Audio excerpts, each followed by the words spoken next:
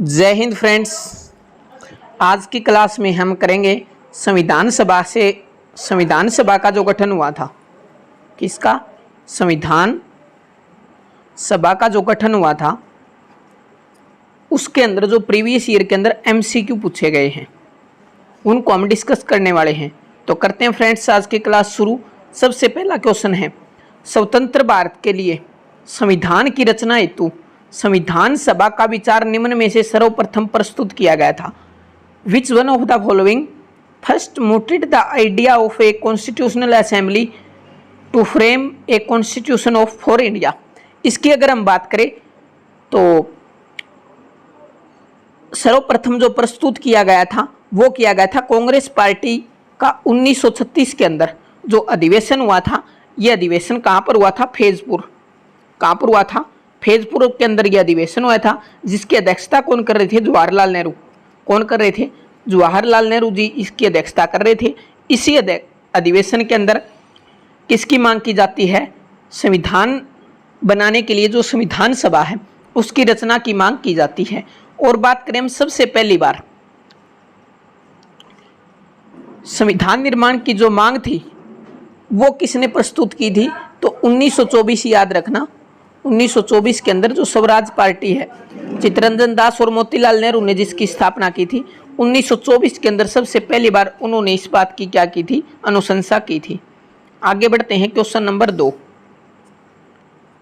Question number 2 की अगर हम बात करें तो ये किसके अंदर पूछा गया है? आरएएस जो राजस्थान प्रशासनिक सेवा है उसके अंदर पूछा गया क्वेश्चन है कि भारत में संवैधानिक सभा का विचार सर्वप्रथम निम्नांकित में रखा गया था।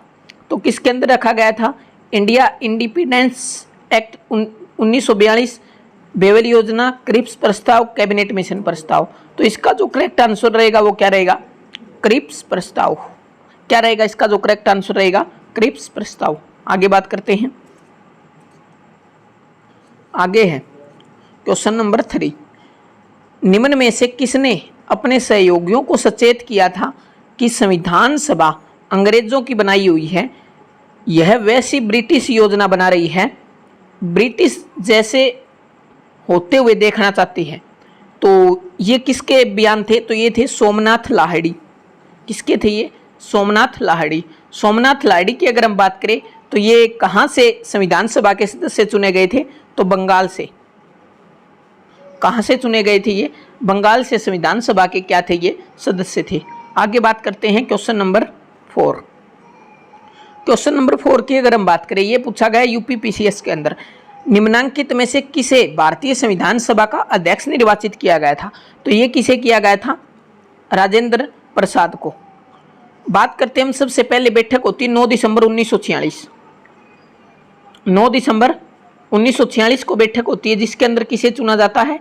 सच्चिदानंद सिन्हा को, क्योंकि वो क्या थे? सबसे एल्डर थे। और बात करें हम 11 दिसंबर को जो दूसरी बैठक होती है उसके अंदर किसको चुना जाता है? उसके अंदर चुना जाता है डॉक्टर राजेंद्र प्रसाद को। ठीक है। फिर 13 दिसंबर 1946 को क्या पेश की जाती है? जो जवाहरलाल नेहरू के द्वारा जो उद्देश्य प्रस्ताव है उसको पेश किया जाता है। ठीक है। और फिर 1947 के अंदर, जनवरी 1947 के अंदर क्या होता है? बैठक में यही उद्देश्य के बाद में क्या बन जाती है? भारतीय संविधान की प्रस्तावना। ठीक। आगे बात करते हैं क्वेश्चन नंबर 5। क्वेश्चन नंबर 5 की अगर हम बात करें, भारतीय संविधान की प्रस्तावना संविधान सभा के प्रथम अधिवेशन दिसंबर 1946 में लाई गई थी। जो ऑब्जेक्टिव प्रस्ताव पर आधारित थी उसे जनवरी 1947 में अंगीकृत किया गया था। तो निम्नलिखित में से किसे ऑब्जेक्टिव प्रस्ताव रखा था? तो ये किसने रखा था? बात कर चुके जवाहरलाल नेहरू, जो बाद में चलकर क्या बनती है? भारतीय संविधान की प्रस्तावना बन जाती है। ठीक। आगे है क्वेश्चन नंबर 6। निम्नलिखित में से कौन भारतीय संविधान की संविदा समिति का सदस्य नहीं था? भारतीय संविधान की जो ड्राफ्टिंग कमेटी है उसके सदस्य इनमें से कौन नहीं थे? तो कौन नहीं थे इनमें से सदस्य? एस.एन. मुखर्जी। तो भारतीय संविधान सभा के अंदर कितने सदस्य थे? टोटल 1+6। 6 की अगर हम बात करें तो एन गोपाल स्वामी अय्यर हो गया, अलादी कृष्ण स्वामी अय्यर हो गया, के एम मुंशी हो गया, और कौन रह गए? एन माधव राव, एन माधव राव, के एम मुंशी हो गया, और टीटी कृष्णामचारी, टीटी कृष्णामचारी, और मोहम्मद सादुल्ला। ठीक, मोहम्मद सादुल्ला है। तो ये कितने थे? 1+6। फिर इनमें से क्या होता है, जो ये थे बीएल मित्र के स्थान पर कौन आते हैं? एन माधव राव। किसके स्थान पर आते हैं ये? मित्र के स्थान पर एन माधव राव। और खेतान की मृत्यु के बाद कौन आते हैं? टीटी कृष्णा रामचारी। ठीक, आगे बात करते हैं क्वेश्चन नंबर 7 की। निम्नलिखित में से कौन भारतीय संविधान सभा की पांडुलिखन समिति का अध्यक्ष था? तो ये कौन था? Doctor Bhimrao Ambedkar. Doctor Bhimrao Ambedkar. Doctor Bhimrao Ambedkar के बारे में याद रखना, इनकी पुस्तक का क्या नाम है? Annihilation of caste. Annihilation of caste. ठीक, इनकी ये पुस्तक का नाम है। जवाहरलाल नेहरू की पुस्तक की अगर हम बात करें तो क्या है? भारत की खोज। ठीक, आगे बात करते हैं क्वेश्चन नंबर 8। क्वेश्चन नंबर 8 है, which of the following statement with regard to direct action day is correct? प्रत्यक्ष कार्रवाई दिवस की अगर हम बात करें, संबंधित कौन सा कथन सही है? तो इनसे संबंधित है भाई, सीधी कार्रवाई दिवस बिहार दंगों में परिणामित हुआ था भाई। तो कब मनाने की घोषणा की थी इन्होंने? 16 अगस्त को। ठीक, 16 अगस्त 1946 को जो मुस्लिम लीग थी, मुस्लिम लीग के द्वारा, जिसके नेता कौन थे? मोहम्मद अली जिन्ना। मोहम्मद अली जिन्ना ने क्यों इसकी घोषणा की थी?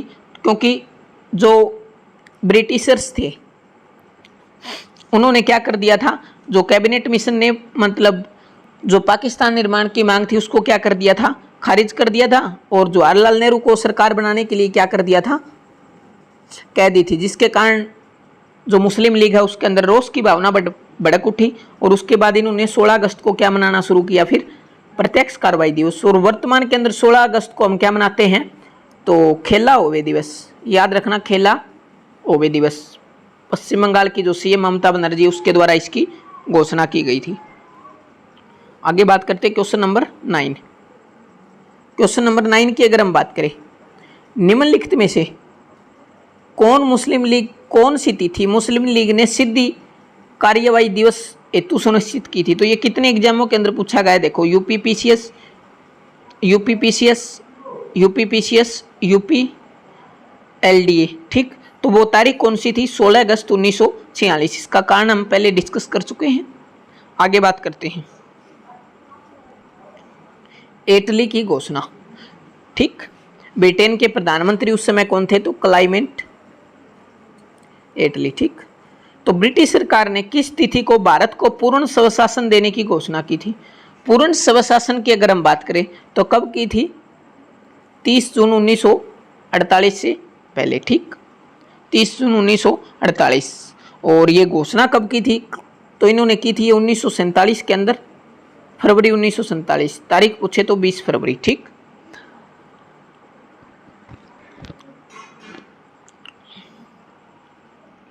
और इसी समय क्या होता है, जब भारत आज़ाद होता है उस समय भारत के वायसराय किसको बना दिया जाता है? बेवल के स्थान पर। बेवल 1947 के अंदर भारत के वायसराय थे, लेकिन उसके बाद किसको बना दिया? माउंटबेटन। याद रखना। ठीक, माउंटबेटन को उसकी जगह भारत का क्या बना दिया? वायसराय नियुक्त कर दिया था। ठीक, आगे बात करते हैं क्वेश्चन नंबर 11। ब्रिटिश सरकार ने जून 1948 तक भारत छोड़ने की घोषणा की थी। तो ये घोषणा कब की थी? बिल्कुल पढ़ के आए हम, फरवरी 1900। तारीख पूछे तो 20 फरवरी। ठीक, 20 फरवरी 1947। आगे बात करते हैं, किसने कहा था डोडो की भांति साम्राज्यवाद दिवंगत हो चुका है। तो ये किसने कहा था? तो ये कहा था क्लीमेंट एटली। ठीक, क्लीमेंट एटली उस समय ब्रिटेन के क्या थे? प्रधानमंत्री थे ये। ठीक, ब्रिटेन के प्रधानमंत्री थे। आगे बात करते हैं क्वेश्चन नंबर 13। महात्मा गांधी उस समय कहाँ थे जब एटले ने हाउस ऑफ कॉमन्स में, हाउस ऑफ कॉमन्स जो ब्रिटेन की संसद है उसका नाम है, में सत्ता के हस्तांतरण की घोषणा की थी। तो उस समय महात्मा गांधी कहाँ पर थे? तो ये कहाँ पर थे? नई दिल्ली के अंदर। ठीक, कहाँ पर थे ये? नई दिल्ली के अंदर। ये क्वेश्चन पूछा है यूपीपीएससी ने। ठीक, जब तारीख भी पूछ ले तो 20 फरवरी 1947 याद रखना, घोषणा करती थी। ठीक, आगे बढ़ते हैं क्वेश्चन नंबर 14। क्वेश्चन नंबर 14 है, अगस्त 1947 में स्वतंत्रता दिवस समारोह में निम्नलिखित में से कौन नेता कहीं भी सम्मिलित नहीं हुए? तो ये कौन नहीं हुए थे? महात्मा गांधी। क्योंकि महात्मा गांधी उस समय कहाँ पर थे? जो नोआखाली